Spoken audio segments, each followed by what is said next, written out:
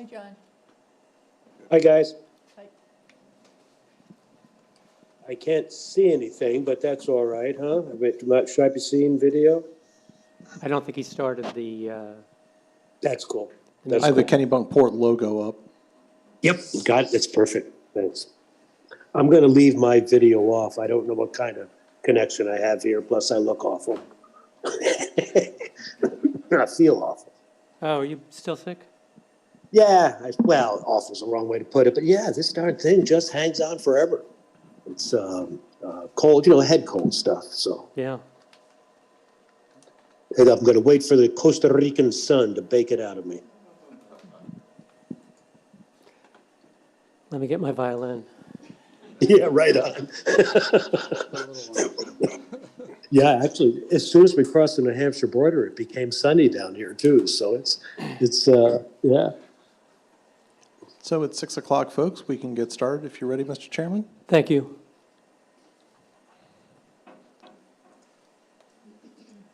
And we are on the air. Good evening. Welcome to at 6 o'clock, welcome to the April 24th Beach Advisory Committee meeting. My name is Paul Hogan. I'm the current chairman. Why don't we introduce ourselves, starting Pam at that end? Pam Sikansky, I'm the vice chairman. Carol Sherman, board member. Can you speak into the, Carol Sherman, board member. Hi, I'm Barry Engel. I head up traffic and safety. Fred Stafford, Communications.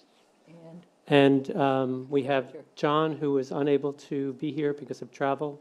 John Yeah, but Dykstra? John Dykstra, board representative. Thanks, John. And do we have Paul Hayes, perchance? I didn't see him a moment ago. Let me check again. I see no one labeled Paul Hayes. Okay. And how many people do we have? We have 22 attendees. Thank you very much. Why don't we get started? The first item is approval of our last minutes, and Carol sent them a while ago, and she resent them this afternoon. I saw someone said they were fine. They're fine with me. Any objections? All in favor of approving them? Aye. Aye. Thank you all. Next, we usually ask if anyone in the public, either on Zoom or here in the room, has anything not on the agenda. The agenda was posted a week ago or so. Is there anyone who has an item they'd like to bring to our attention that's not on the agenda? And let me just say, because there are so many people, we usually do not get 22 people on the Zoom and 10 or 15 here. So if you have comments, let's keep it to, say, 5 minutes. He has a 5:30, 4 o'clock to the bus station tomorrow morning. I promised I would get him out. He's leaving for 2 weeks to Colorado to take care of grandchildren. Mm-hmm. Barry was good enough to drive here from Boston. Thank you, Barry. So anyway, with that, is there anyone in the audience in the room? We'll go there first. And if not, we'll go to Zoom. I don't see any hands in the room. Anyone on Zoom? No hands raised on Zoom. Okay, great, thank you. We usually go through some committee reports. Carol, oh, I forgot something for you from my car. The Plover sign, which I posted at the store, but I had a second copy for you to show tonight. Okay. Anyway, Carol will give a little report on Natural Resources Committee. It's our first subcommittee, and we're going to talk about plovers first. This is a report from the Maine Audubon, of which they said that we already have over 80 pairs of piping plovers in the state of Maine.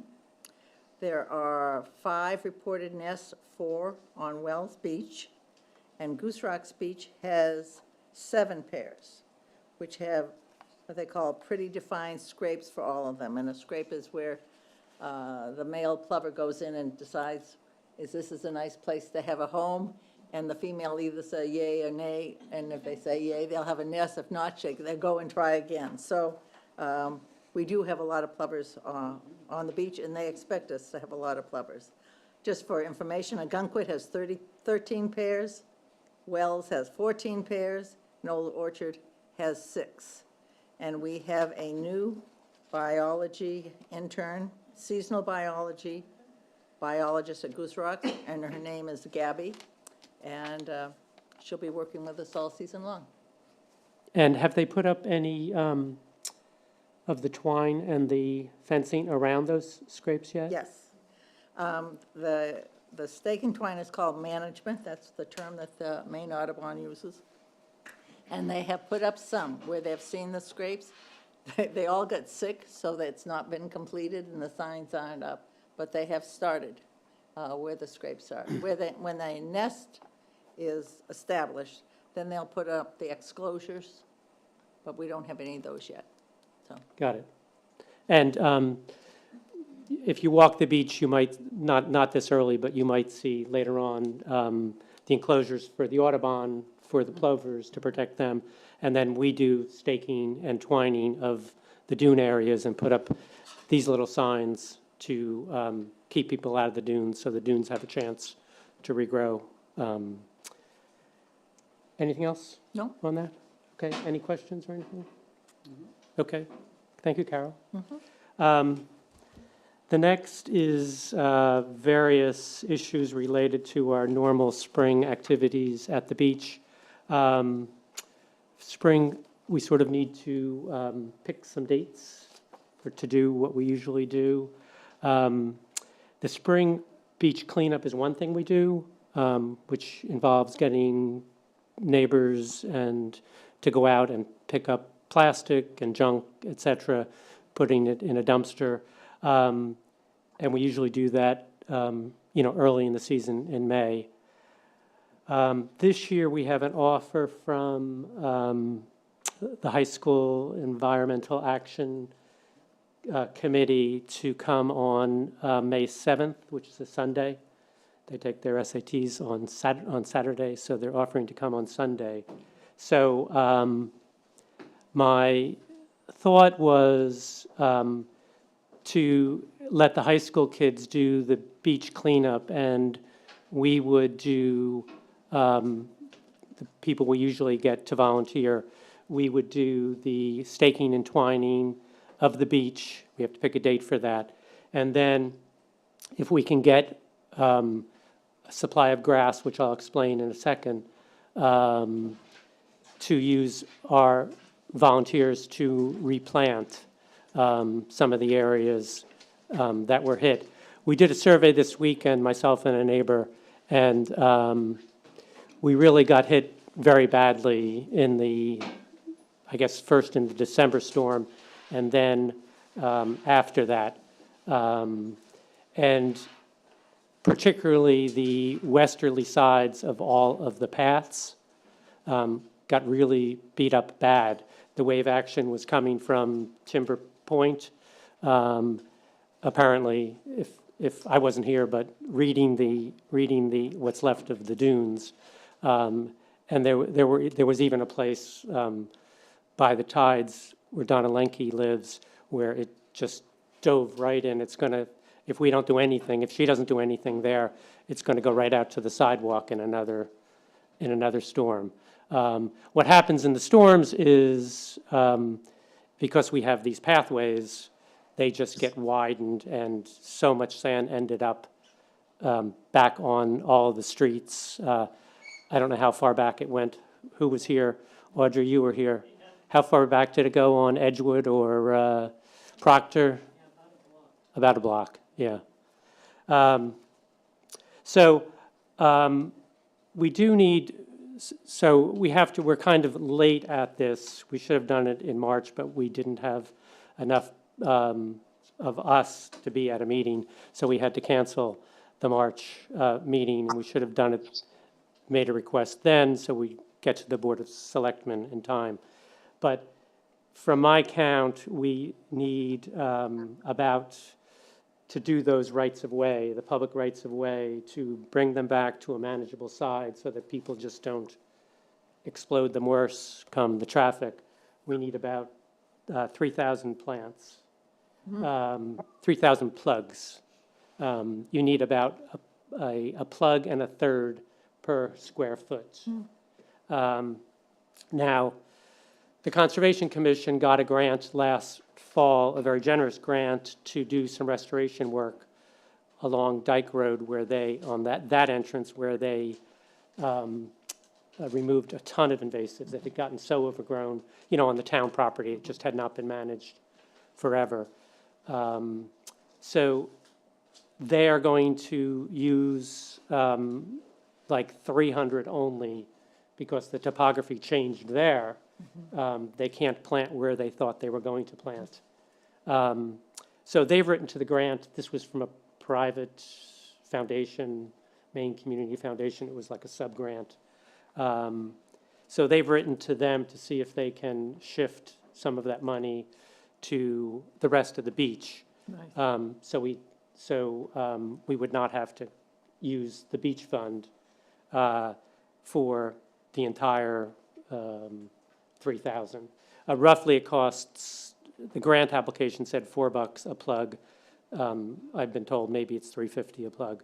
So we're talking up to, my request is going to be that we request up to $12,000 to do the replanting. And then whatever we can get from the grant, we will subtract from that. And the way the process is we're just an advisory board. We don't have any power to do anything. We were created under the beach use ordinance, and we basically make recommendations to the Board of Selectmen under the ordinance. That You have exclusive rights to make recommendations. Nobody else can, so you do have that zoning authority. Okay, so how about we just, I know. yeah, no, you're welcome to make a comment. There'll be a chance for comment. I know, but that was incorrect. You do have Okay, zoning but authority. when people make comments, we ask them to go to the microphone, identify themselves. I'm not going to ask you to do that now. I'm not going to ask you to do that now because I didn't invite, I'm kidding. yeah. Go on. And we ask you to identify yourself My name's and, Michael Martin. but you're not at the microphone, Michael. So, and I'm not, I'll give you a chance for a comment. Oh, yeah, I that's promise. fine. You just asked I me to promise. identify myself. I just want to do the rules. Okay. So we have to make a recommendation to, what I was trying to say is we make a recommendation to the Board of Selectmen. They approve or don't approve. It's up to them. So I would like to make a recommendation that we, Why don't you tell people where the money comes from? oh, sure, that's a great point. Thank you. So when the beach ordinance was approved by voters overwhelmingly back in, what was the year? 12? 2013. 13, thank you. It was Yeah. 2013. Part of the ordinance, and then there's a beach use agreement that goes along with it. And the beach use agreement required that the town put into a fund that would get replenished, was the design, each year, $2,000 for each beachfront homeowner who signed the agreement. So there were 65. At this point, the town was trying to settle the lawsuit, and the beach use agreement came out as a compromise, and 65 people along the ocean signed the agreement. So about 130, it could be 67, but roughly. So 130 some odd $1,000 was approved by voters. And every year, if you're a town resident and go to the town meeting, one of the line items is to replenish that fund. So if we spent, a total of $20,000, the line item request would be $20,000. And that money goes to fund the safety patrol on the beach, if signage goes up on the beach, items like that come from that fund. So I'd like to ask if anyone has any comments or suggestions or thoughts on that from the committee. No. Would anyone like to make a motion other than me? I'll make a motion to approve the 12,000, Up to 12,000. up to 12,000. Okay. I'll second that. Is there any discussion here? If not, we'll go to the room. Anyone has a comment or question? Michael, can you go up to the microphone? Yes, my name is Michael Martin. If you see the only boat out there moored, that's mine. And you may know my family, Leo Martin and Gary Martin. We've been here forever. The beach And what's your address? We always ask for the address. Well, I've Where had do you live? I just bought my first house in Kennebunk. But, Okay. I love 226 Ocean Avenue, 60 Ocean Avenue. My mother. No, where do you live? I don't care about them. Right now, 7 Spiller Drive, Kennybunk, Maine. Okay, great. Go ahead. So the beach use agreement was supposed to settle the lawsuit in 2013.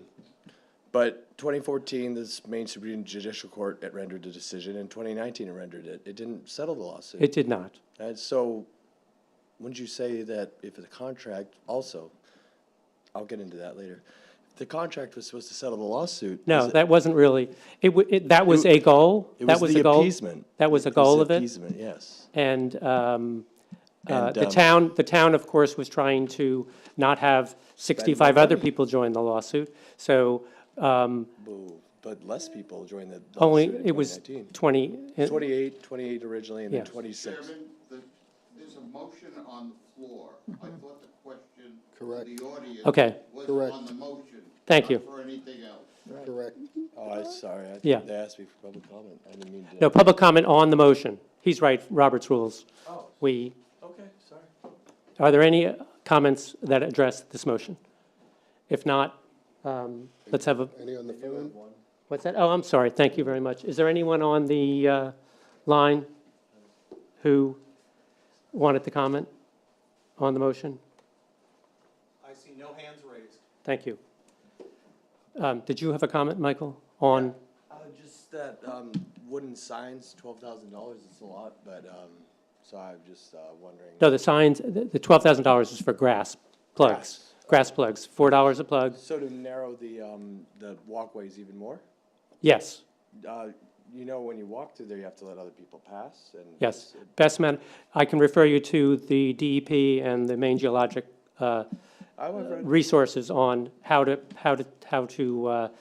rebuild a beach after a storm, how to save the dunes. yeah. We're and, doing everything in accordance I with, was happy to see this year that the grass is growing in more in the in front. some places. In some places, yeah. Yeah. No, we're very lucky. Interestingly, I'm glad you raised that because at Proctor, where we did a lot of work a few years ago, it's growing back like mad, and a block away at Edgewood, it is not. Now, I don't know why. Very strange, like, yeah. Yeah. Some- Okay. All in favor of that motion? Aye. That's everybody here. John? Aye. Thank you, John. So date-wise, this is a little bit complicated because we do need to get the Board of Selectmen to approve this.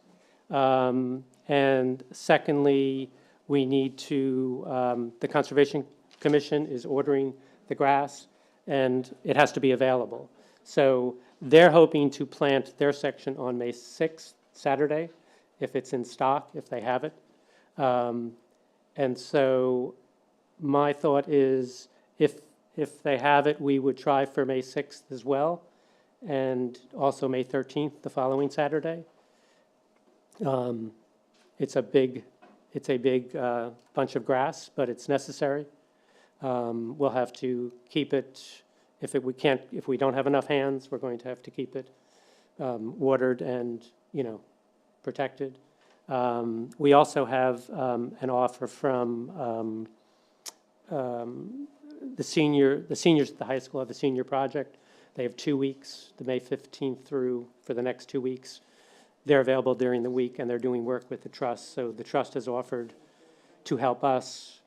So what we don't get done on the 13th, we can, the 6th or the 13th, we can get them for half a day or a day if we're lucky. Okay, that's good. Do those dates seem, it's quick in terms of advertising and everything, but we tried it later, Memorial Day weekend, and we thought maybe we'd get more people on Memorial Day weekend. It didn't seem to work. Too many guests. Too busy. Everybody's got guests and other commitments and cleaning up their own houses and that kind of stuff. Okay, so I'm sorry, what are the dates? it's the 6th and the 13th, and I think we'll try to do it both days. We'll, if we don't have the grass by the 6th, we'll just do the twine and the staking on the 6th, and then hopefully a week later, if turns out we don't have the grass or the money, we'll have to postpone. You sort of have to plant within a window before June, hopefully. Okay. Yeah, Kate? Quick question. Can you go to sure, thank you, Kate.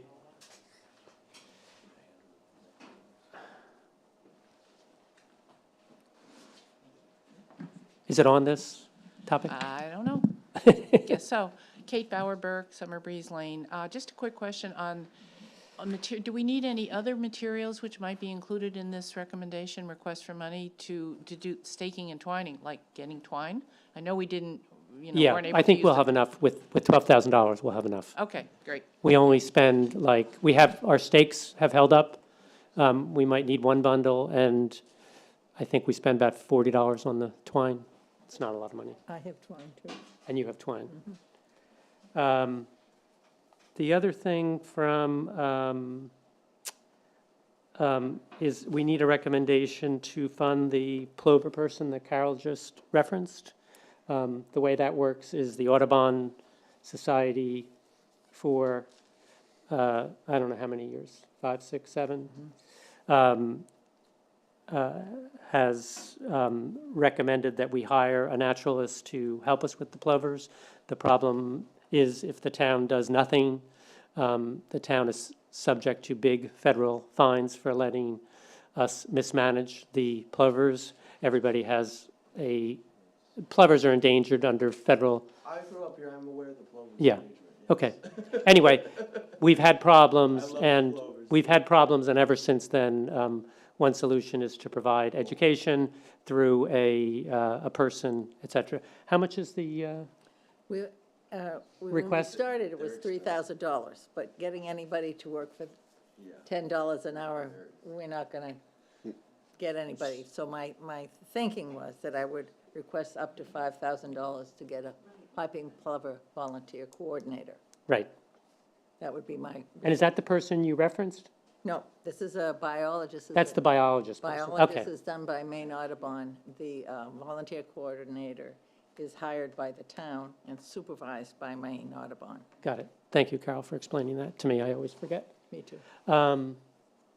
So we have a request for up to $5,000 to hire our annual Plover person.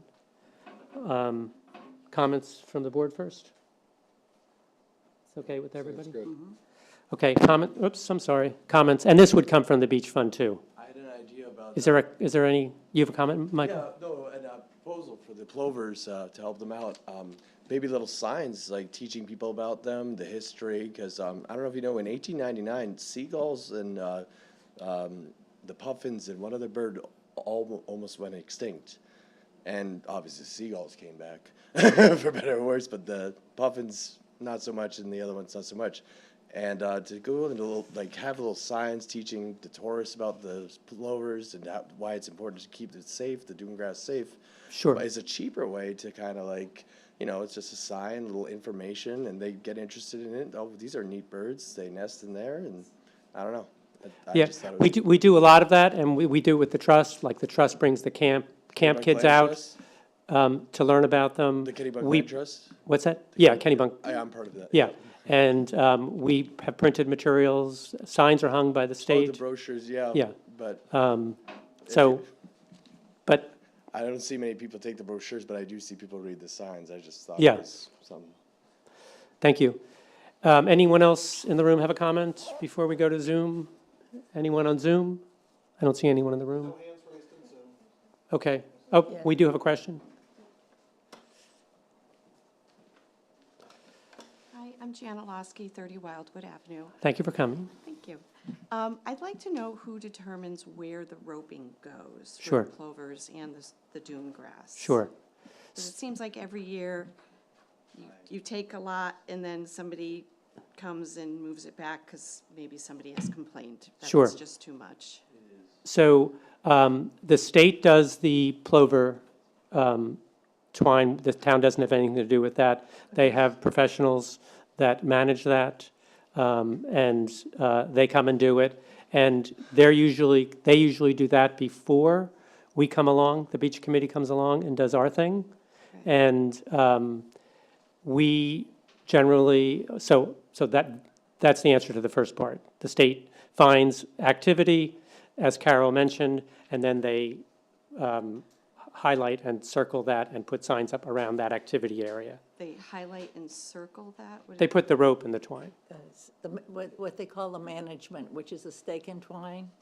So it just seems like it's always just continuous, like it's hard for me to determine whether it's roped off for the dunes. We have different or if signage. it's- So their signage, so our signage often just abuts theirs. Like if they weren't, So these little signs seem to go on the ropes, but then. that the there can town be- puts up, that the beach Right, committee and then puts there up. could be the bigger signs Sure. somewhere next to it. Sure.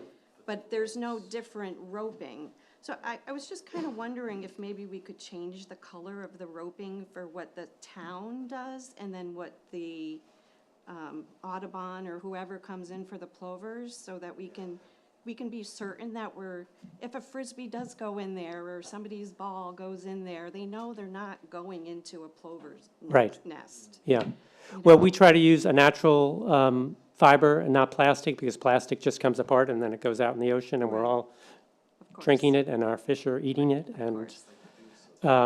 so, my suggestion is, because what we use, I don't know what they use, and I have no control over what they It use. just seems all the But same. if our signs are there, now, if their signs weren't there, we would be extending our signs. But if they pick an area and say, there's activity here, then we don't double it.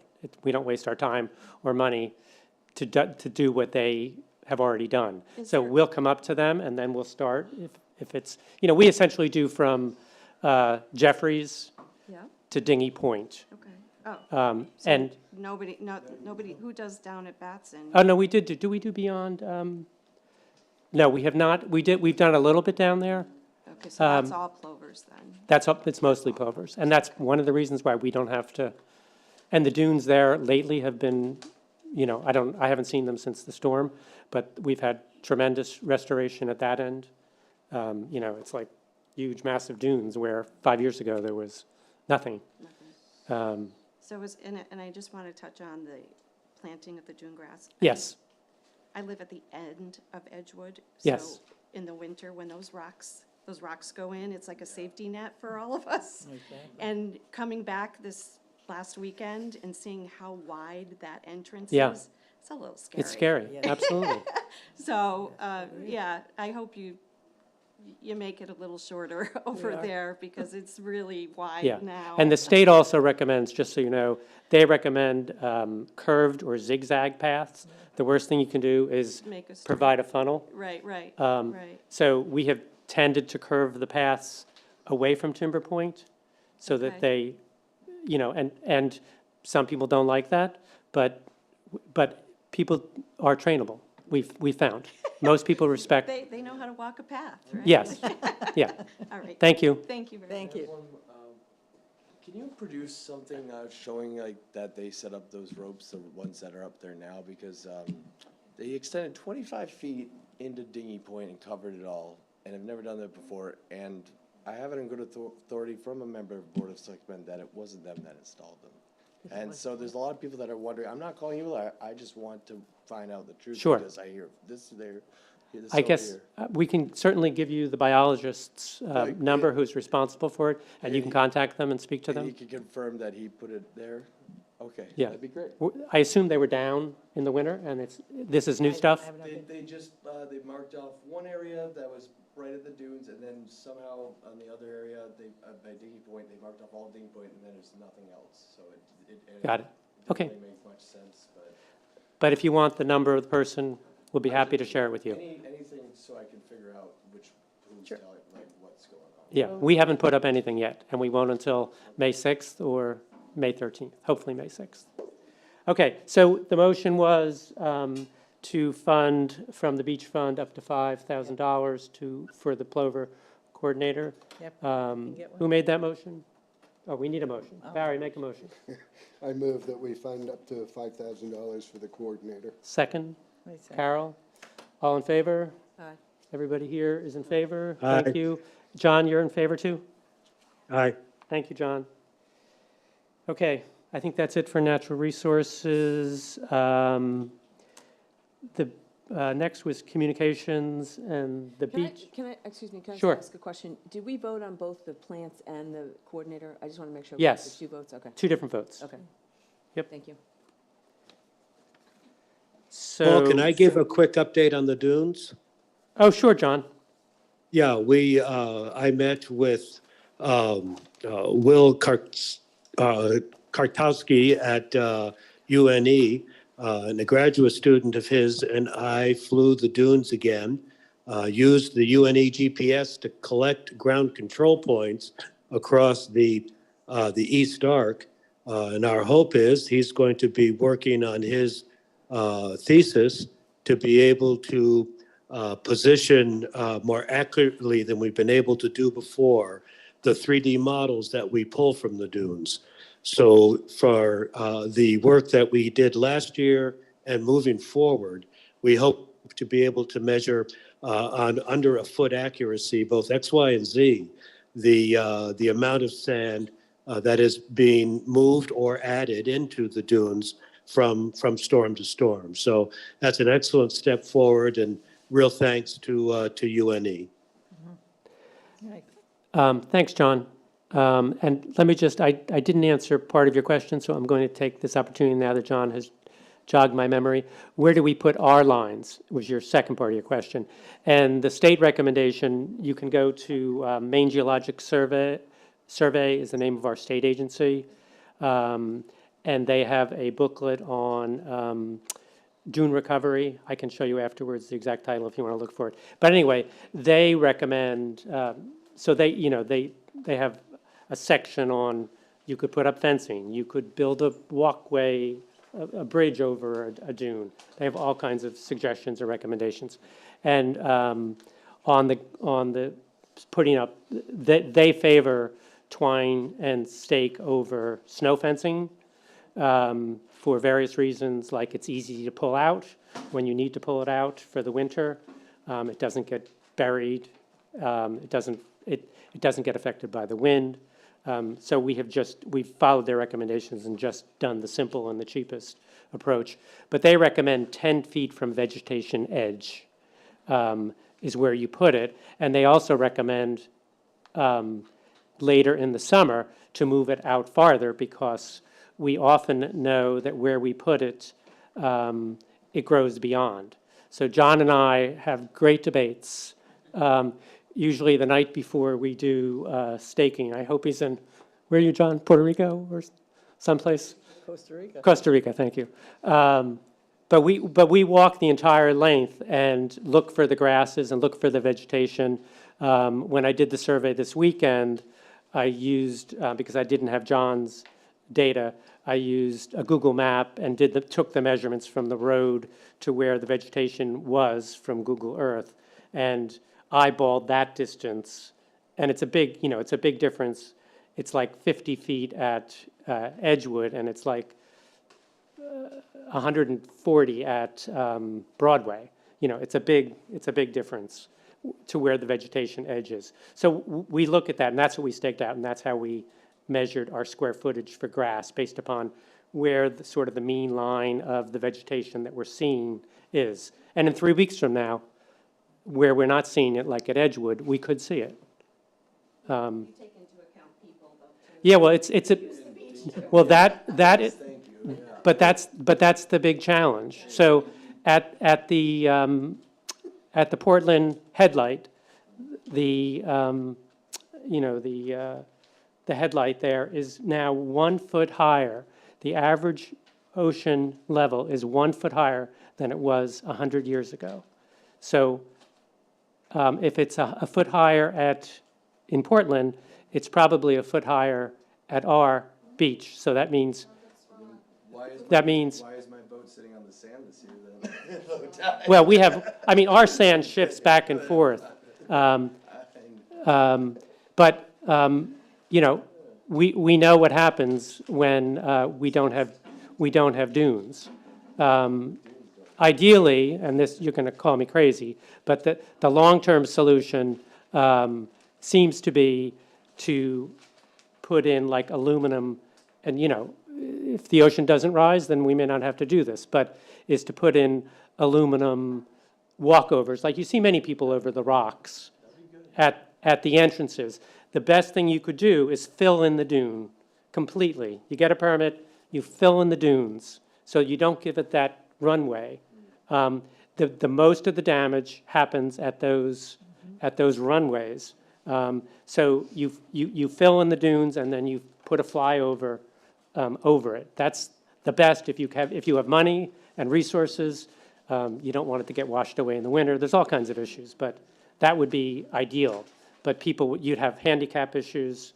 It's a big challenge. But we have a lot of, it's a small beach, and we have more and more people competing for the same resource, a place to put their towel. Okay, so, I'm sorry.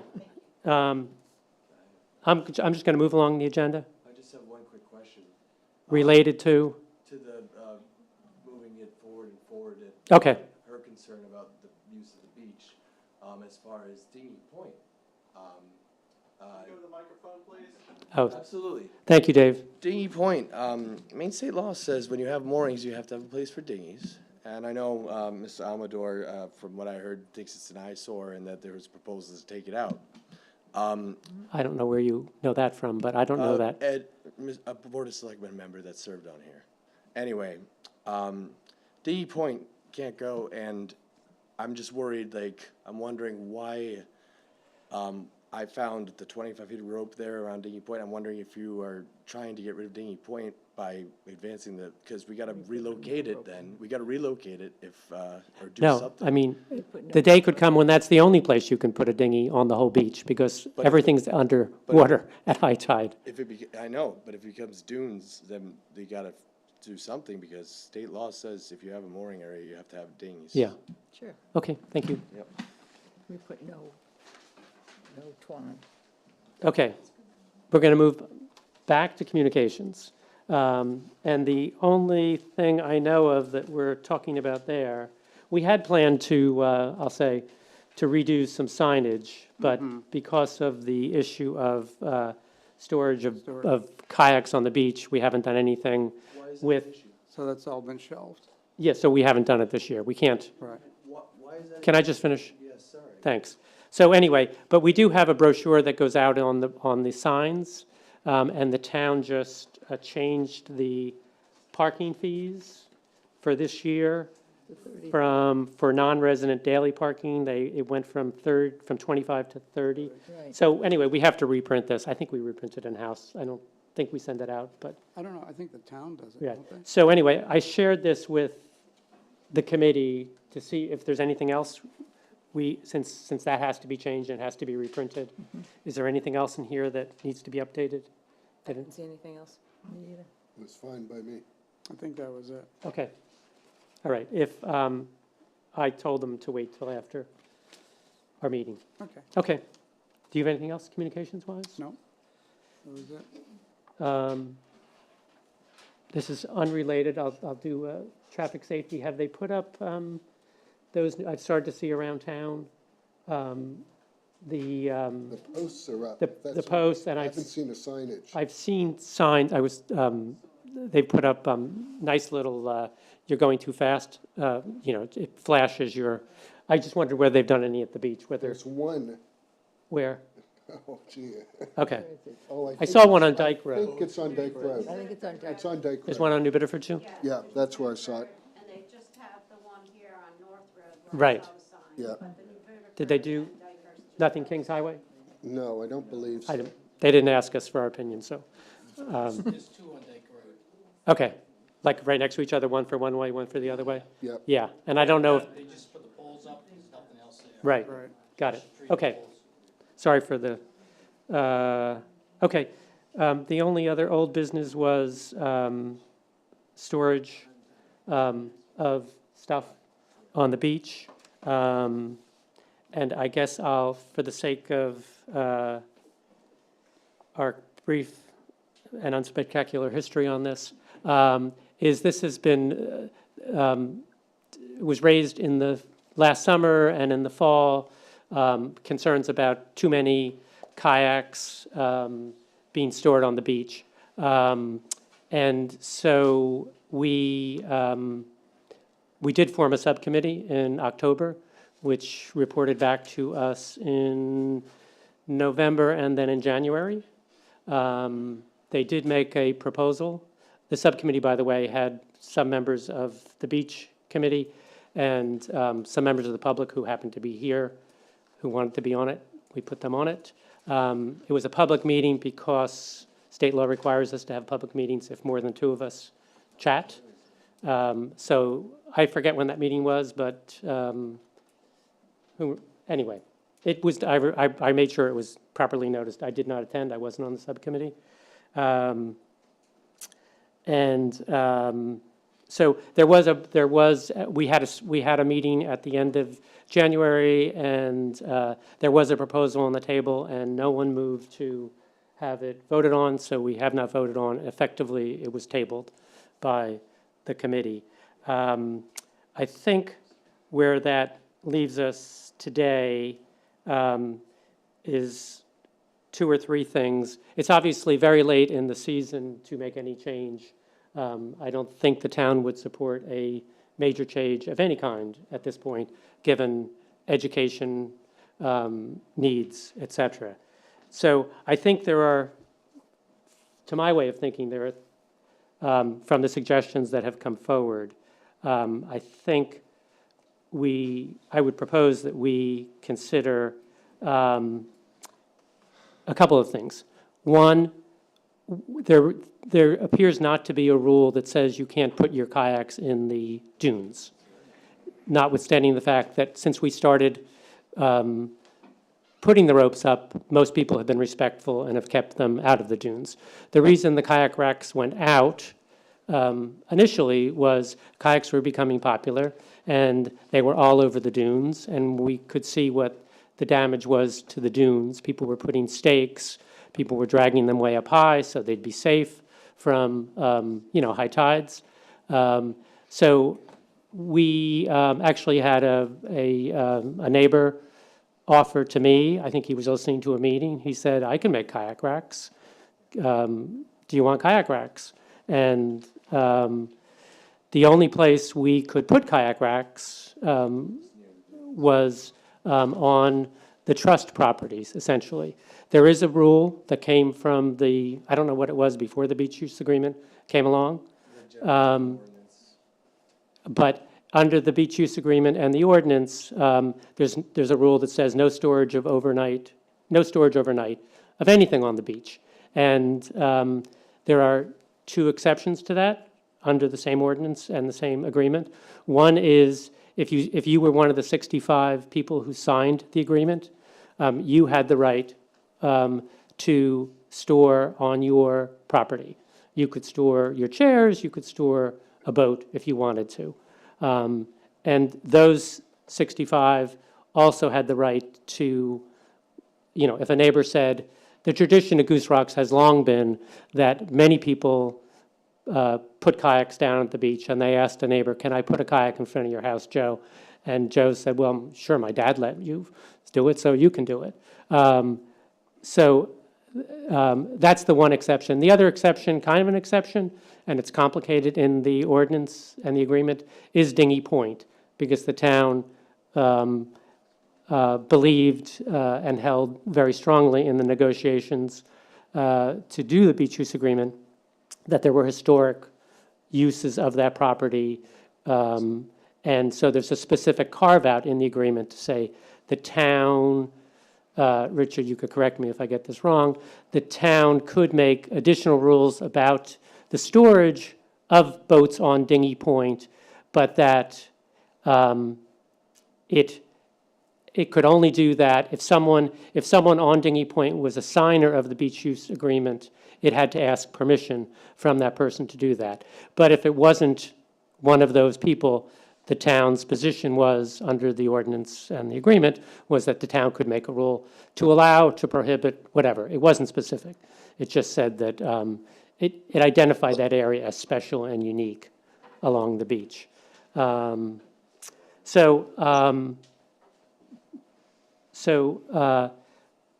tonight, I'd like us, I think there are a couple of things we can and should consider.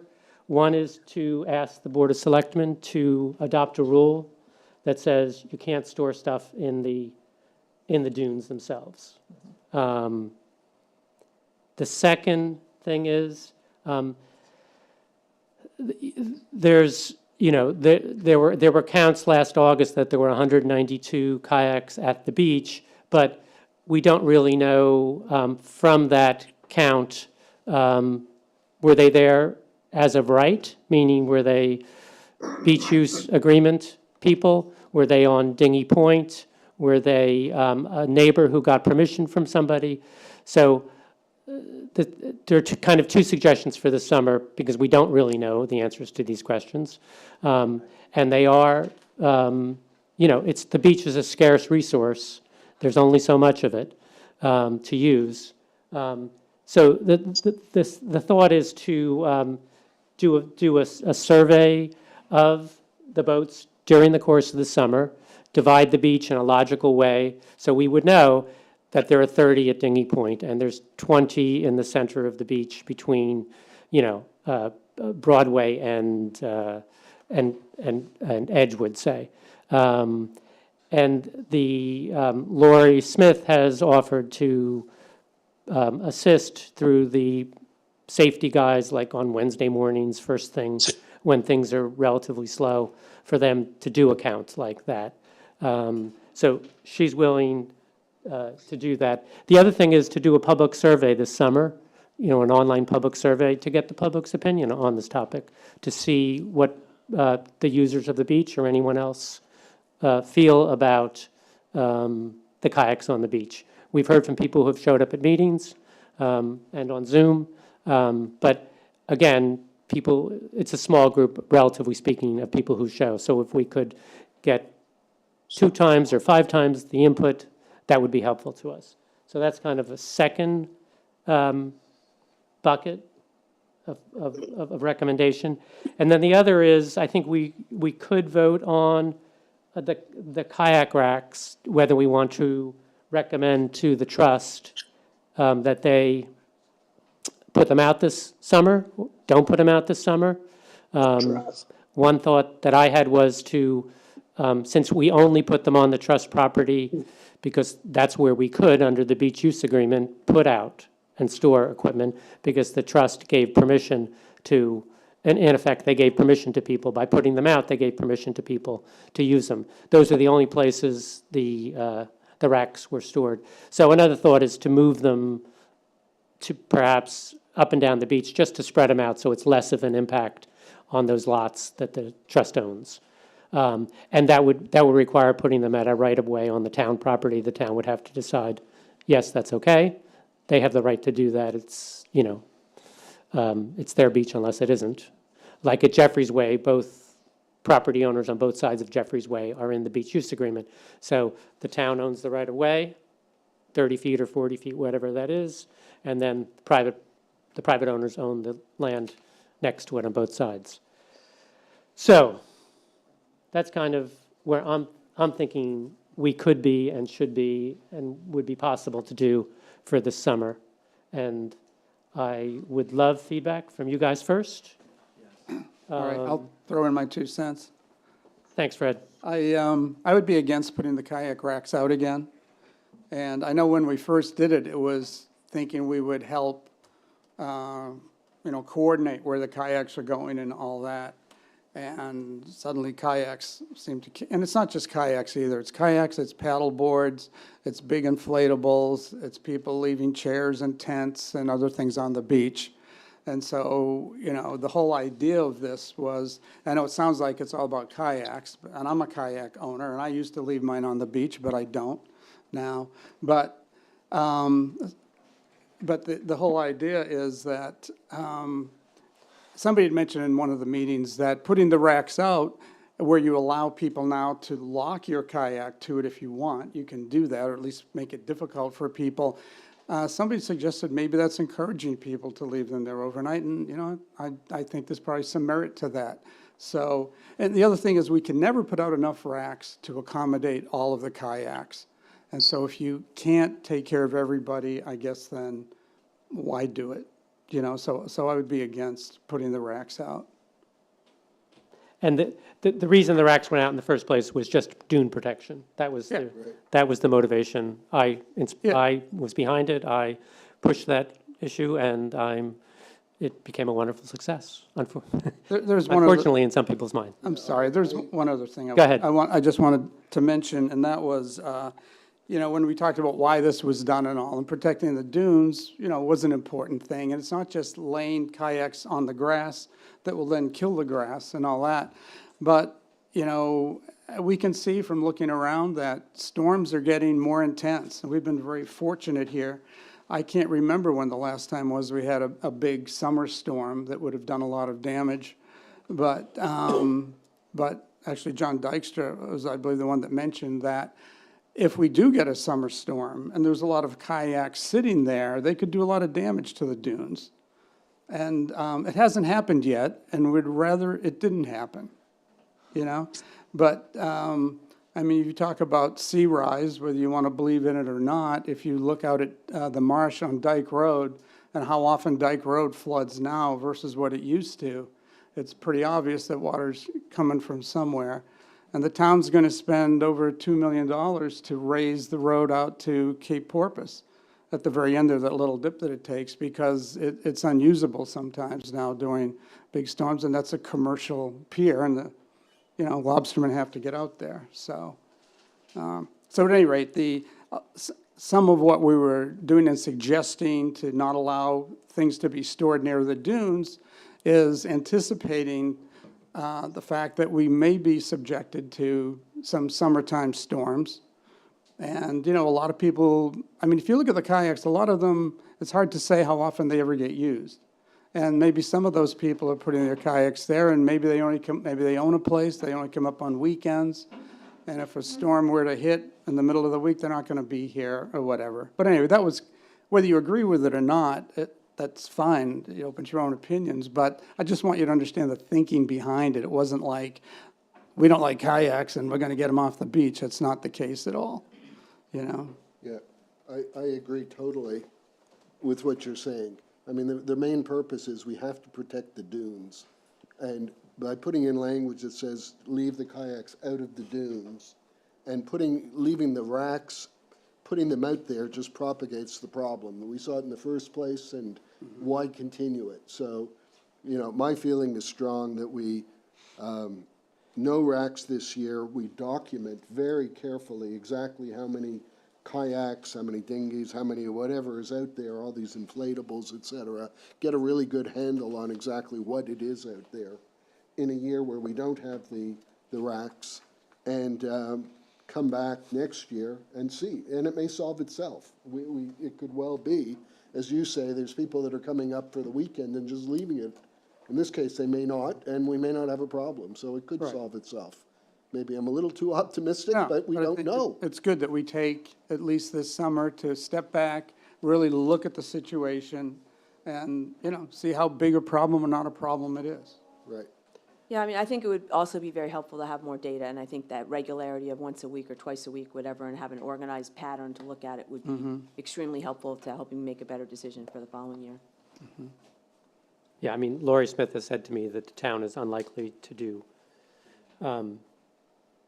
anything without some data, if we were trying to make some kind of a big change to status quo. Anyone else? John, do you have any?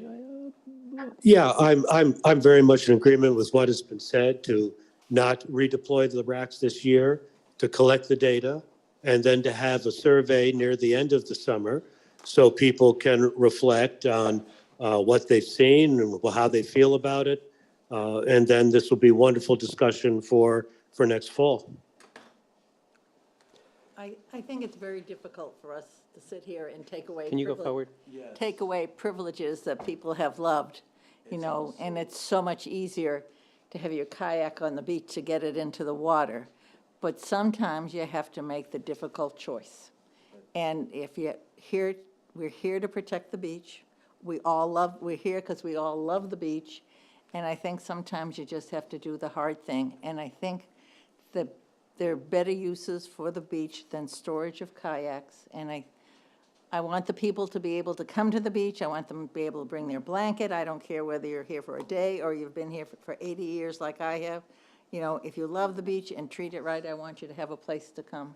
And therefore, I agree that we don't put the kayak racks back on, and that we work hard and ask people to get some wheels, like you do, Fred. You wheel yours in and you wheel yours in, right? And I live on the beachfront, and I don't even store mine on the beach. I make my kids take their kayaks back. So, anyway, I would ask other people to do the same. Amen. Are there any, before we go to the public, any comments on the other two parts of this, the simpler ones? Doing the survey, doing a in-person survey, doing a beach survey, and then asking the Board of Selectmen for a rule so that if stuff is up in the dunes, they can enforce it. Yeah, and I would just encourage anyone, obviously you're here if you have an interest in this, but over the summer, to, whether we do it formally or if you do it informally, to take note of everything that's going on out there, where are the boats being left? Is it just kayaks? Is it paddle boards? Is it the floats? And I know there's some like 6 foot tall unicorn. I don't think it was real, but it was a float on the beach. But I would encourage everybody to have it not be just us doing it and coming to you. You give us your thoughts if you have so far. But let's take this summer to really take a broad look at the problem. And also, the problem isn't really much of an issue on the west end of the beach. When you go beyond the tides in west, that's not really much of a problem, and well, for obvious reasons. A lot of those, well, you have homes on the waterfront there that you don't in the other part of the beach. And so, like, if somebody doesn't live at the beach and they're bringing a kayak in, if they live way out of town, I can see why those people especially would want to be able to leave a kayak there, especially if it's difficult for you physically to do it, But anyway, there are no simple solutions to this, but it's going to take everybody working together and working in the same direction of doing whatever we need to do to protect the beach. It's not being done to deny anybody's rights or access to the beach at all. That's not what it's about. So, when we can take a good hard look at this summer, and then in the fall, if we can all get back together and, what kind, if you recognize that it's a problem with overcrowding, smaller dry beach area and all that, well, what kind of solutions can we offer up that are fair to everybody in Kennebunkport, not just people at the beach? Paul, can we That's all. vote on, about not putting things in the dunes? I think we should take public comment on all three of the items, Okay, and then we can do a separate vote on, or we can do one vote for the two simple ones, and another vote on the, okay. okay. Good. Are there any comments from the public? Mr. Martin, would you like to speak? I primarily practice in real estate, land use, law, municipal zoning, and everything I'm hearing here, especially with the fact that you realize that the town owns it in trust for the continued benefit, use, and enjoyment of the public, right?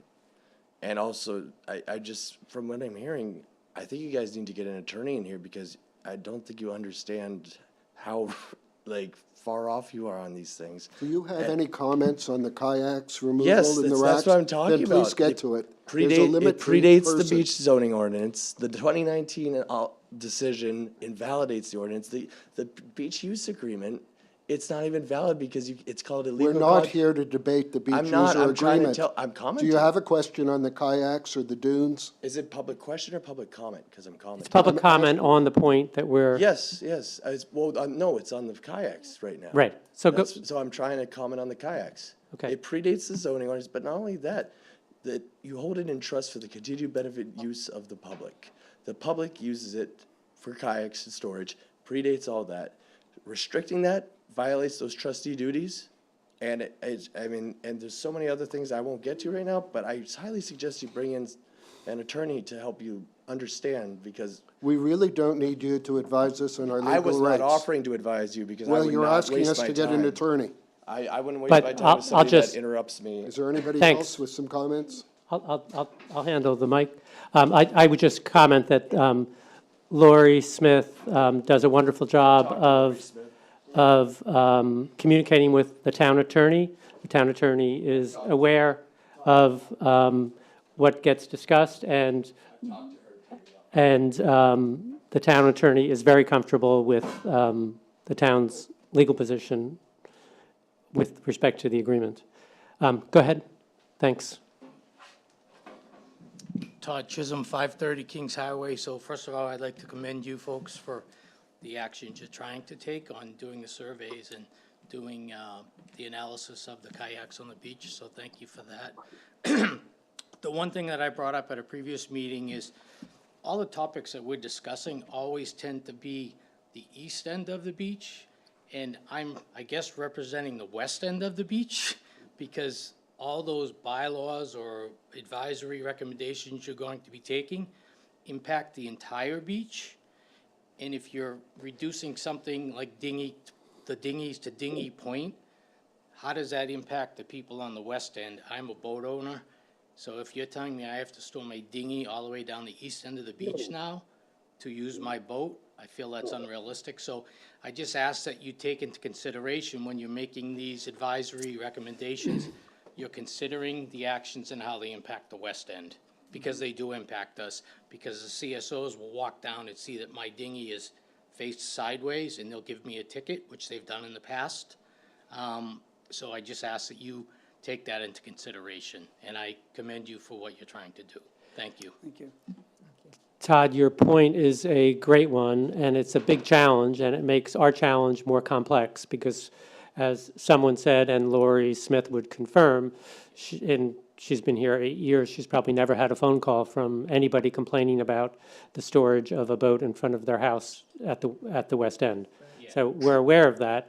The challenge is the beach rules apply to the beach, and so it's a challenge. Right. Do you have a suggestion? I guess I wouldn't do anything, would be my suggestion, Right. because I'm a boat owner. I would say, let's not And- talk about it anymore.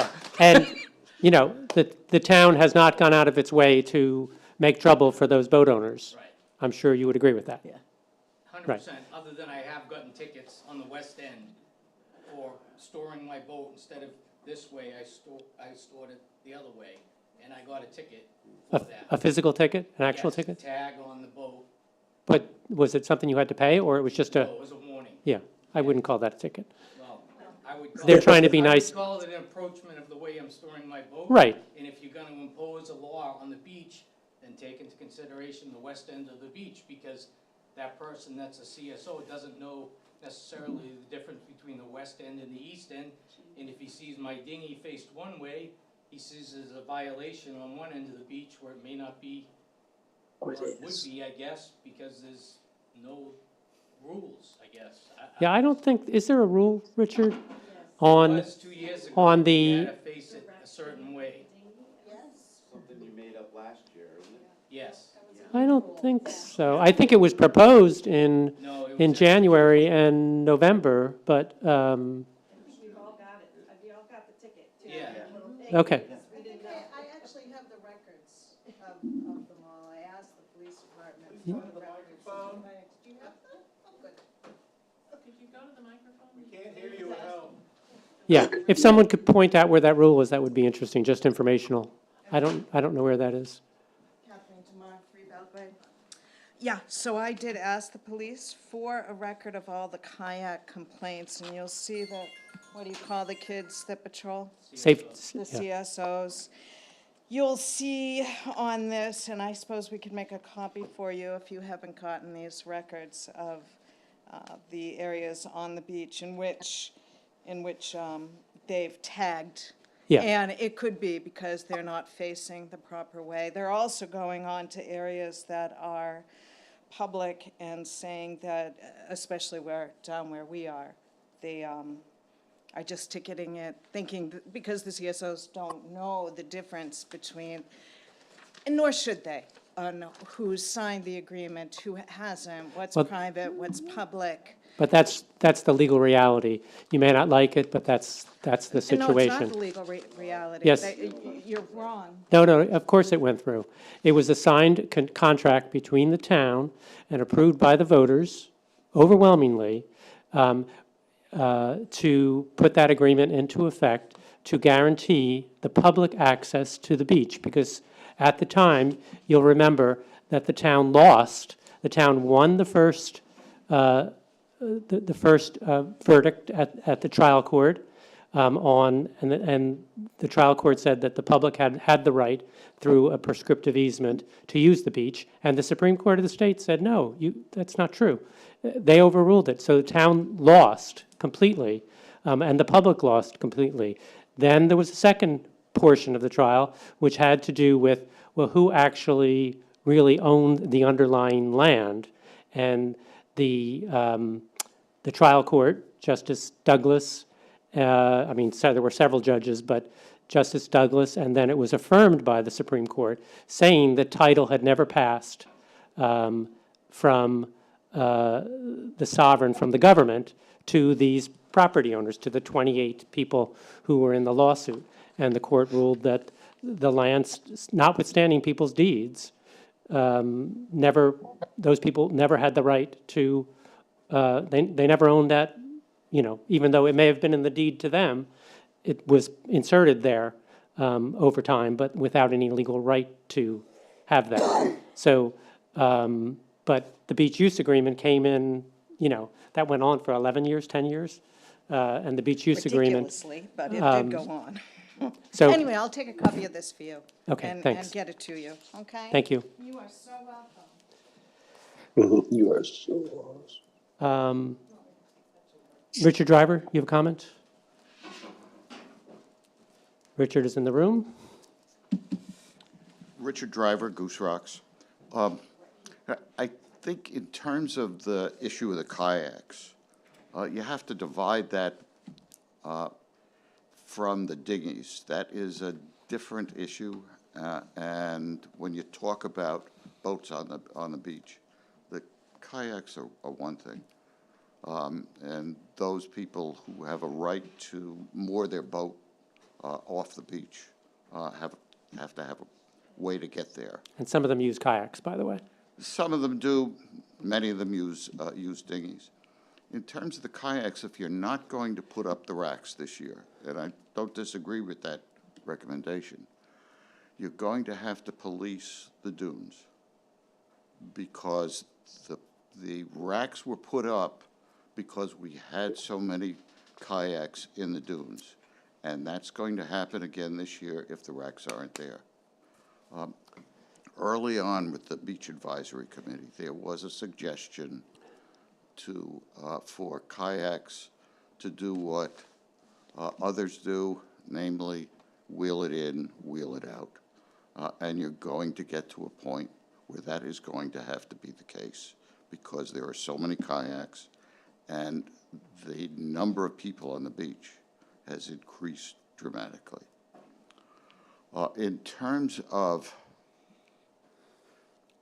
Paul, this is a public meeting, and when somebody comes in and does not respect the fact that it is a public meeting and continually interrupts, that person has to be called out of order, and that was the case with Mr. Martin. I would also tell you that there's something in law and politics that says you're entitled to your opinion, but you're not entitled to your facts. And what he spewed out before he left this meeting was just garbage. He doesn't know what he's talking about.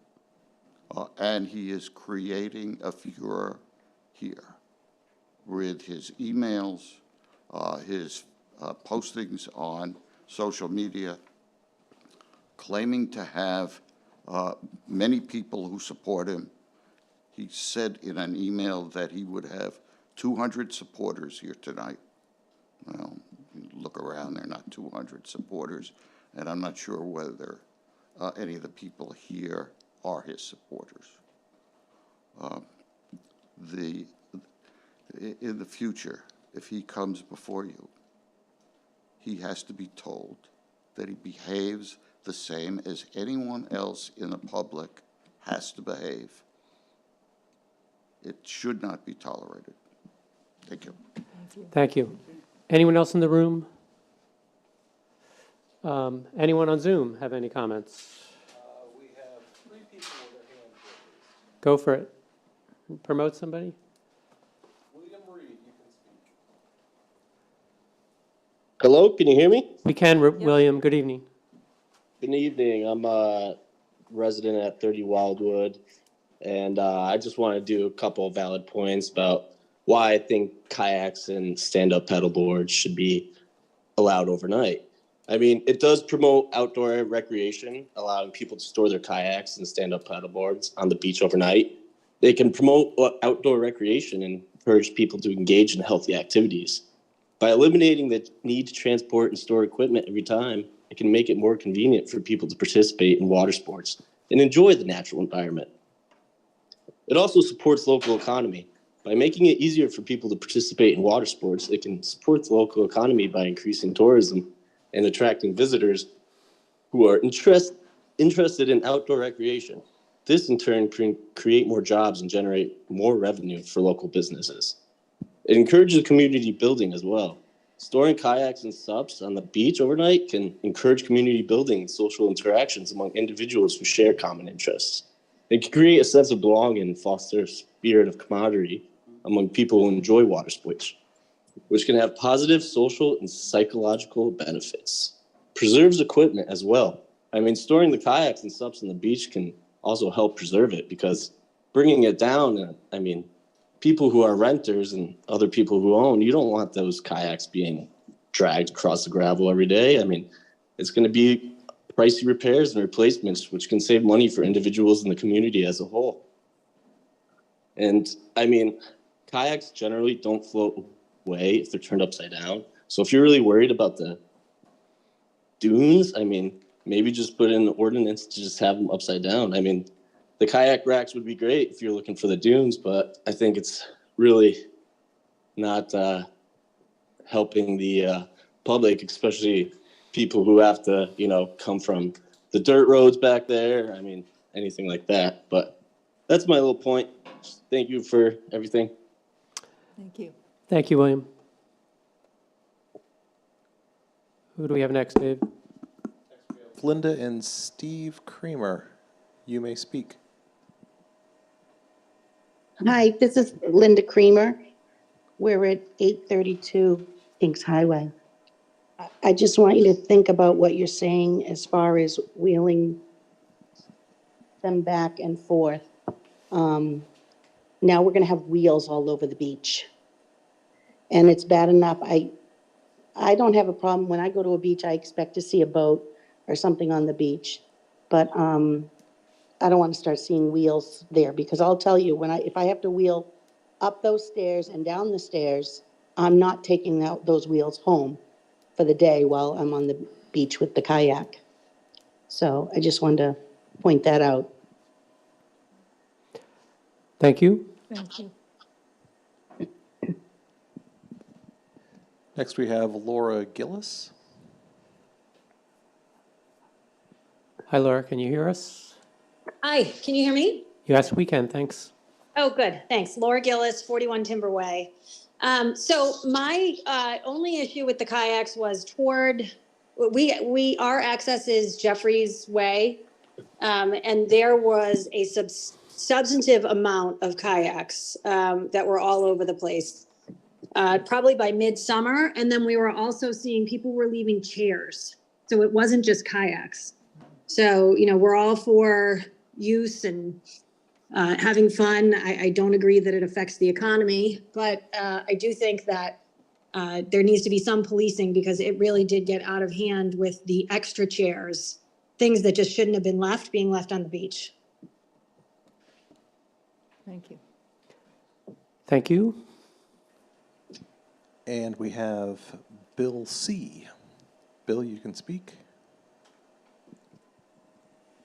Can you hear me? Yes. Hi, Bill Casey at 272 Mills Road.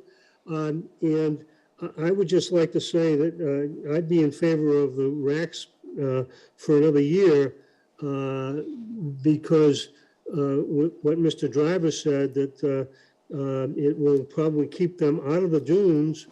And if they're secured to the racks, if there were a storm, they might be a sort of a break and protect the dunes rather than harm them.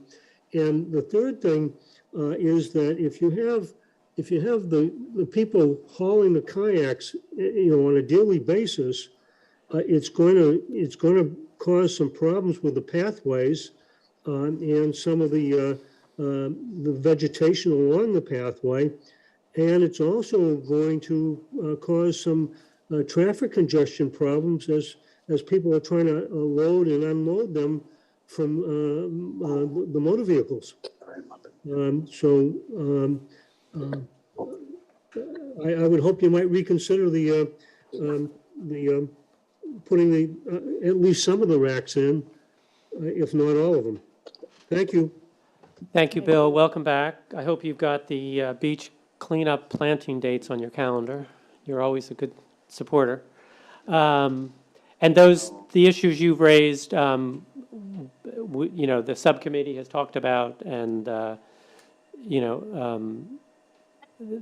traffic concern, hauling in and out, they are issues. Yeah. There's no perfect way to do it. We got someone in the back. Was that it for the, hold on one second. We have Ann Doobie with her hand up. Ann, you can speak. Good evening. I'm just asking a question. At the earlier meetings in January, February, when we were discussing this, I walked away thinking that you had agreed that there would be no change to what was existing. But tonight, it appears that you have several proposals that would in fact be a change and would be limiting the use of the kayak. So I'm just confused as to why there was a change, because it almost comes across as a little bit disingenuous, unless I missed some other meeting where you changed your minds and that was made public, or is this the first time that's being No, this is the first proposed? time. The subcommittee has not met. This is the first time that we're discussing it together. And I was trying to move the discussion to move the discussion along and to consider what was possible and what we should or shouldn't do for the summer. What we did at the January meeting was we didn't adopt that proposal, the specific proposal. So that's what we did then. So, but tonight what you're doing, if you agree with your motions, if I understand it correctly, is they won't be able to put anything on the dunes because you'll have that through the town ordinance. And there won't be any place for the kayaks to be hooked up. So you're so then by doing your survey, it's almost a moot issue because you probably won't have any kayaks at all. Right?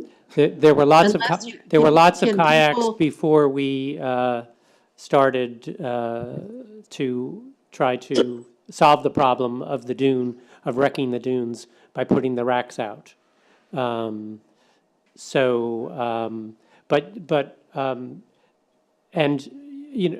up the rope and the twine has been very, very effective. People, 99% of the people respect it. They don't get taken down. They get left up all summer. We check them during the course of the summer.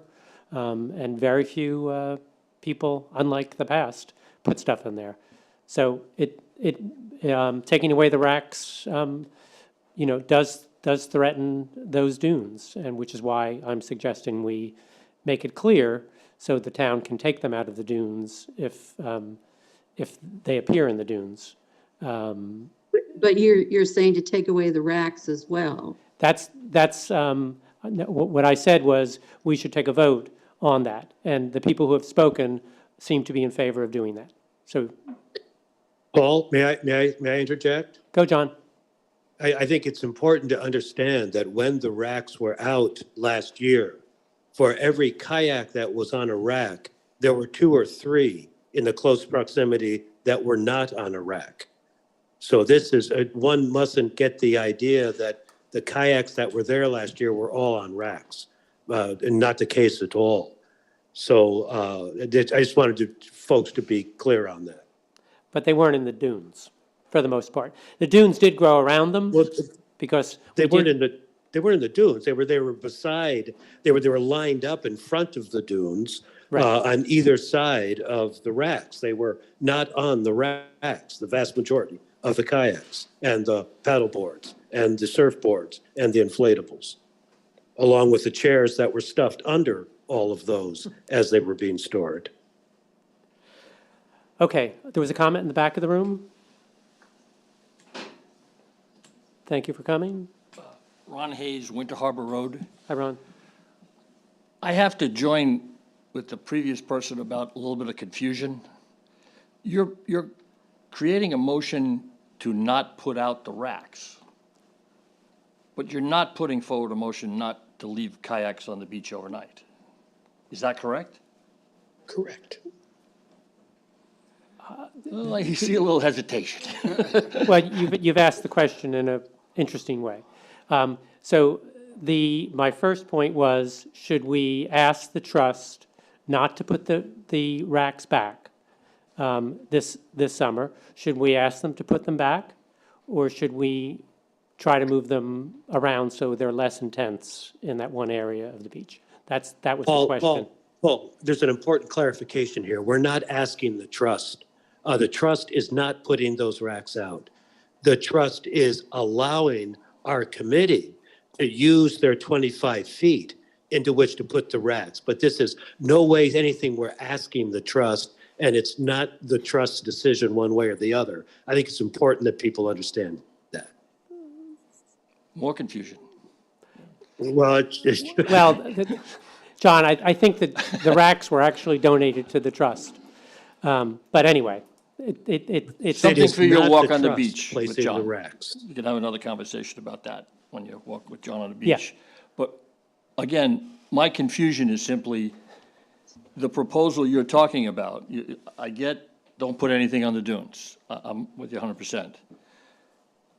But the proposal was worded in such a way, or the request for a proposal was to not put out the racks.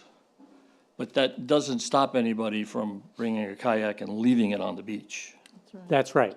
Okay. That's correct. Just want clarification for Right. that. Okay, thank Thanks. you. We're not proposing any change to the beach use agreement, which the general rule is no storage of overnight at the beach. The exception that I pointed out is that people who sign the agreement, including the trust, are allowed to put their stuff on the beach and are allowed to give permission to whoever they want. That's the negotiated deal, like it or not. In 25 feet. In 25 feet, absolutely. Yeah. Thank you. All right. Just one more comment. Ann, have a quick one. come to the microphone, Ann, please. I'm on my way. Ann Corby. Ann Corby, 6 Wildwood. I guess if there are other things that are getting in the way, like the inflatables and surfboards and things like that that are being left on the beach, and these are an issue, why don't we start with, those are all things people can carry on and off easily. They're not going to cause a traffic jam if people come in with their trailers, with their kayaks behind, or haul up the paths with, which we're trying to make smaller, it sounds like, and should. So why not start with getting rid of the things that are easy to eliminate and say you just can't keep chairs and take them away? I mean, those are things we could carry away and take off the beach. And maybe there's a depository where some people could pick them up, or maybe they just don't get them back. But rather than wipe out everything all at once, why not take a gradual process and think about the things that are easy to carry on and off? And I would just say, if you had a clean slate and you had a brand-new beach and you didn't have a bunch of rules and an ordinance and everything, and you'd say, how should we do this? How should we manage this? That would be, a sensible first step. But we do have this ordinance, and we do have the beach rules. Ordinance is very difficult to change. Beach rules, the town has the authority to, regulate, just like they can say, you can't leave your bicycle at the ball field overnight. It's town property, and they can do what they want. The Board of Selectmen has a lot of, leeway. So why not take a couple parking spaces, put the racks in the parking spaces, people take kayaks off the beach and put them on the rack in the parking spaces? Because the same agreement the same agreement and ordinance guarantees 167 parking spaces that were fought for by the town. And that was the balance, because anyway, we can't take away, we could theoretically move parking spots. Tom Bradbury had a good suggestion, maybe, which was, put up vertical racks at the pump stations, where you have public land.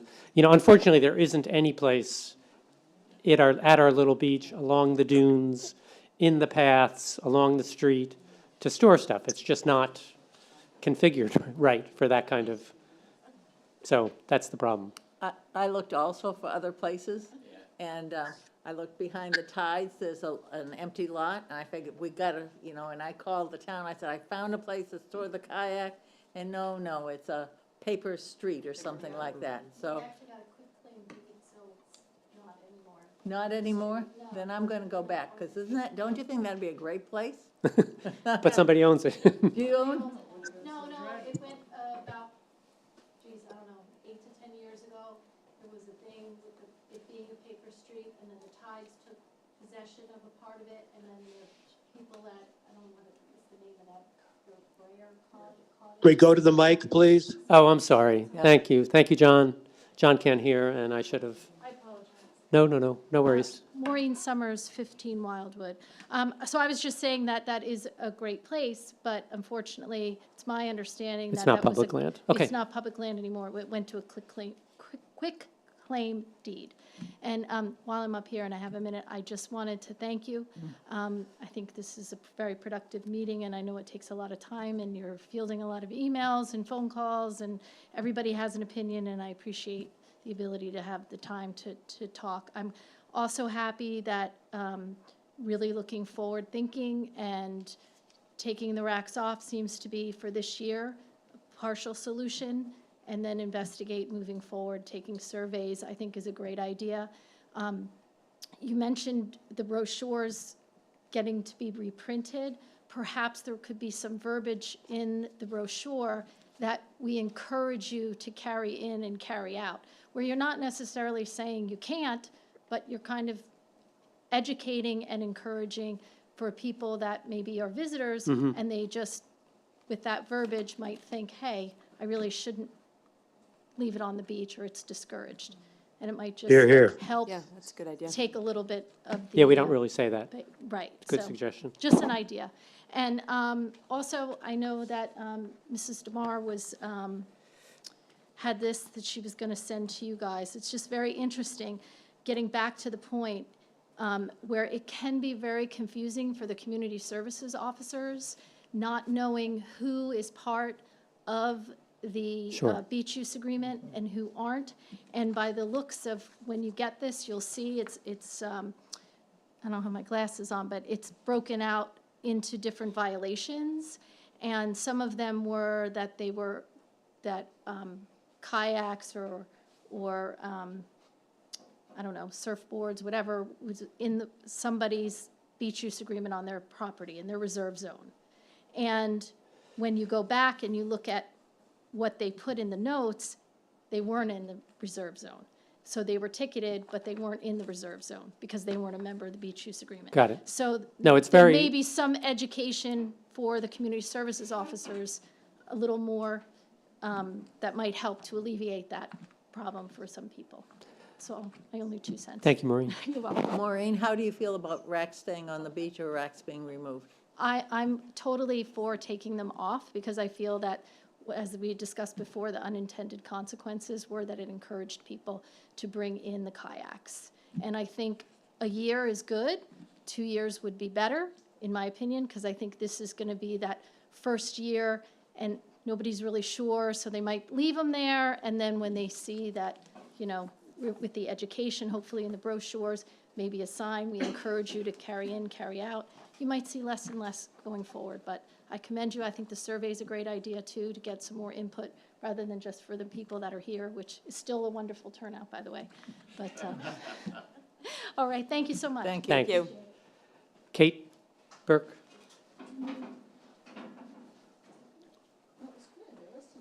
This is, excuse me, Kate Bauer-Burke, Summer Breeze Lane. This is somewhat a little bit off topic, but actually still on topic. It's an issue of, Maureen's kind of raised the issue, and I think Todd has, of the confusion of, we have a very kind of confusing beach because of the beach use agreement, which was very well intended and achieved a great amount. But one question is, could the Beach Advisory Committee take as a future agenda item, asking people or requiring people, depending on how the town wants to do it, to put street numbers on the beach side, both for the benefit of the CSOs trying to figure out, well, who's got a 25-foot reserve and can leave whatever in it, and who doesn't. And also, it's a public safety issue. Yeah. What if you're out on the beach and you're a recent visitor and you have no idea even what entrance you're closer to, and somebody has a medical issue and you need to call for help? Sure, and that happened Yeah, so a few summers ago. It's very tangentially related, but I would like to encourage you to add that and discuss it at some point in the future. And I think Carol, It's already written. Carol, we discussed this in the fall, and Carol wrote a letter which was to be mailed out to, And then Fred rewrote it, so. well, that's his job, communications. Which was asking people to do that it was Carol's, was after, you know, a medical emergency on the beach and nobody knew where they were, to find a way to put house numbers up so the CSOs or the public could see. We ought to revisit and reinforce that. Well, we haven't done it yet. We have to send out the letter. We have not sent out the letter. Right. And it was, you know, we were just making it as a suggestion. We weren't, the town wasn't requiring it. Nope. Like, just a suggestion. like we have to have, you know, on the front of our houses, we have to have numbers in a specific spot.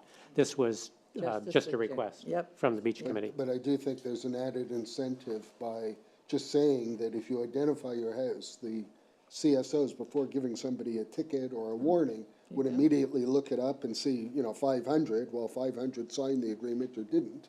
Right. And it could avoid, so people may have more of an incentive. There may be a disincentive to some people. Correct. Okay. Any other comments from the room before I get a motion on these? Mr. Chairman, we do have one hand raised on Zoom. Sure, thanks, Dave. Madigan, you can speak. Hi there. One sec. Can you hear me? Yes, thank you for shutting off whatever you shut off. Hi, thank you. 30 Wildwood. What was your name? I'm sorry, I didn't get you. It's Aiden from 30 Wildwood. I'd also just like to mention the accessibility to the beach. I know that is, within the last couple of years, accessibility has been a major component in not only, you know, government implementation, but, you know, public and community implementation as well. So that's something I really want to note on. And putting your kayak on the beach for an elderly person is already difficult, and lugging it on and off the beach every single day when they live in the community or when they're coming in from, you know, a couple streets back or another community, it's very difficult for them. So I just think that's something that we should be really considerate of. This community is above the age of 55, and to, you know, ask them to log on and off their vessels or major, their dinghies or anything it's hard for them. And I want this beach to be accessible for everybody. Thank you. Okay, so I would like to ask if there's a motion on someone to make a motion on the survey and the survey of people and the survey of the boats the town has offered to help us with to figure out what's where. I'll make a motion that we conduct surveys this summer to get people's opinions on carry on, carry off. And the second component of that, Get the support just of doing the the, town to yeah, document. everything. The physical survey, and the town would, of course, help us with an online survey Right. to get that done. I second the motion. Second. Thank you, Barry, first. All in favor? Aye. Aye. Thank you. The second was to ask the Board of Selectmen to adopt a rule to clarify that storage on the dunes and in the grass areas is not permitted at any time, not just overnight, at any time. So would someone make that motion? Barry? I'll make a motion that we ask the Board of Selectmen to come up with an ordinance to prevent boats, kayaks in the dunes at any time. It would just be a beach rule. They have the right to amend the rules. Perfect. Amend the particularly rules. if we recommend it. Rules. An ordinance takes a public vote, takes a year, et cetera. It would be any storage, right? Not Any just storage. Any anything. storage. Yes. Yeah, we'll expand it. Yeah, okay. Yes. Any second on that? I'll second. Thank you, Pam. All in favor? Aye. Everyone seems to be in favor? None opposed. Okay, and the third part of this was the kayaks, the kayak racks. Should we put them back out or not for this summer? I'll say, who is in favor of not putting them back out? We have Pam, we have Carol. I'm very mixed, I want you to know. Well, you have to vote one way or the other, know. or not vote. Fred abstain. and Barry, and John, what's your vote? Aye. Okay. In favor of not putting them out, yeah. Huh? Okay, and I'm opposed to that. I would like them to be out there. So it's 6-1? Yeah. 6-1. Okay. And may I again just say for the record that this is a decision that is being made by the Goose Rocks Beach Advisory Committee. It is not a decision that is being made or will be made by the trust. That's right. It just happens to, they've been accommodating us. Exactly. I just don't want anybody to be mad at the trust and come back and say. Yeah, get the mad at trust us, right? Took away the racks. That's, just be clear, that's not the case. You're Good. Sitting ducks. Thank you. there. So I had one question, sorry. Todd Chisholm, 530. So have you made a motion about removing the kayaks from the beach this year? No, the motion was simply kayak racks. Racks. Okay. Put the racks out or not. So has there been a motion to make no action against removing the kayaks from the beach? No you one, said? there's no motion. So there's no motion? I have not proposed that. Okay, thank you. No. Status quo. What- Unless they're- If, less they're in the dunes, thank you. Okay. Correct. I think we can move on. We have one other item, which I don't think, given that everybody's schedules, I don't think we need to talk about it tonight, but I will just mention that we received from the town planning office and from the Growth Planning Committee, which has a new comprehensive plan, which was adopted by voters last June? November, thank you. Anyway, the comprehensive plan is something that's done once a decade, and it is aspirational for the town to set goals and strategies on what the town should look like, it wants to be. Some here in this room participated. Anyway, there are, and then various departments and committees, including this one, get certain assignments, and they ask us to look at this and consider it, and to report back to the Growth Planning Committee and to the Town Planning Office. And I'll just I did circulate this. It's just 3 of them, I don't know, or 4 of them. I'll just quickly go through them, and then we can talk about them in the future. One is in natural resource area. The goal is to protect critical natural resources, wetlands, terrestrial, aquatic habitats, sand dunes, beaches, scenic vistas, etc. And the specific strategy that we, as well as the Conservation Commission and the Planning Department, is conduct monitoring to evaluate the impact of pesticides and herbicides on natural resources and water resources, and identify strategies to minimize impacts such as alternative weed and pest control regulations. That was in Chapter 7, and Chapter 9 is marine resources. The goal is to ensure access to public beaches by residents and summer visitors while protecting the privacy of property owners in the vicinity. And the strategy, which we have, there are 2 of them. One is to maintain signage marking public access to the beaches, and the other is to provide information regarding use of the beaches with all parking stickers. Oh, so when you sell a parking sticker, we should be giving out information like this to people to educate them about the beach and the protection of the beach. The next one in the same chapter was protect water quality of tidal rivers, streams, marshes, and coastal beaches. And the strategy is continue the partnership with Maine Healthy Beaches and implement the recommendations in the summary report of enhanced monitoring and pollution source tracking efforts in the Goose Rocks Beach watershed, February 2021. And there's one more. Sorry to run through this fast. Work with the Maine Department of Environmental Protection to monitor and eliminate fecal coliform levels found in tidal waters. And then there's Chapter 18, which is future land use. Maintain Kennebunkport's small town character is the goal. And the strategy for Goose Rocks is, and that's assigned to us along with the Board of Selectmen, is to preserve Goose Rocks as a safe, limited-use, family-oriented beach.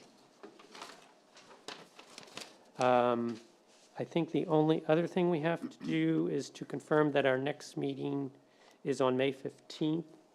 This was in the minutes from a long time ago when we picked out our winter meetings. Is there any reason we need to change that? Not yet. So May 15th is the 3rd Monday, our normal meeting time. Okay, that's it. Is there any other business? Anybody on the committee? I'd just like to thank everybody that comes here, because we may not agree on specifics, but we all agree on one thing, that we love Goose Rocks Beach. And when I try to make a decision, like I struggled with the racks on or off the beach, I work for what I think is the best for the beach. And I think if we all work that way, because we all love this place, that's why we're here, that together we'll come up with a better solution than certainly the 5 of us can. And I personally, and we all thank you very much, very much. Thank you. Can I have a motion to adjourn? Motion to adjourn. Amen. All in favor? Aye. That was Aye. That was easy. Thanks, everyone, for coming.